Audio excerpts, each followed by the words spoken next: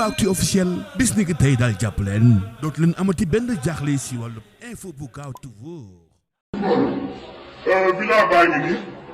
villa DG gis ngeen jëm na lépp dem dara desu ko fi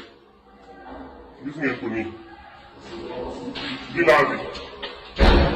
dem na instant yi ñu jotaguñu suñu salaire léegi villa DG Yakham Mbaye moo ngi nii vide gis nga vide villa bi amatul dara gis ngeen def nii joxuñu suñu salaire un DG boo xamante ni nii xool leen depuis 4 ans depuis 4 ans ñu liggéey ñu xeex ak moom depuis des années bi fi nekkee ba léegi dañuy xeex ak moom gis ngeen villa baa ngi nii mu daw bàyyi ñu ko suñu salaire yi ba léegi jotuñu ko gars yaa ngi nii di siffler chaque mer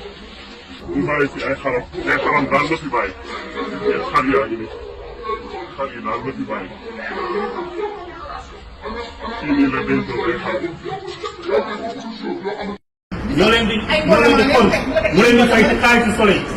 fii nii xool leen bi mu xamee ne y a un nouveau pouvoir qui vient d'arriver bi mu nekkoon nii ñun ñu doon defar suñu salaire yaa xam ne tëdd këram di nelaw bàyyee ñu fii si dans la détresse moom ak Amadou Gueye Ndiaye son directeur général adjoint il n'ose même pas venir travailler moo tax l'État du Sénégal le pouvoir du président Bassirou Diomaye Faye l'une des premières mesures urgentes bu mu war a jël c'est de dégager ce gars yoo xamante ni c'est un paresseux qui n'a jamais travaillé il a perçu 5 millions par mois pendant 6 ans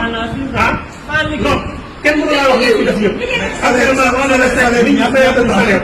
salaire yi ñaata transport mu jël il faut que ça arrête il faut que ça finisse il faut que léegi mu jël parce que yaa ma may nag action d'urgence bi bu ñu fay suñu salaire tey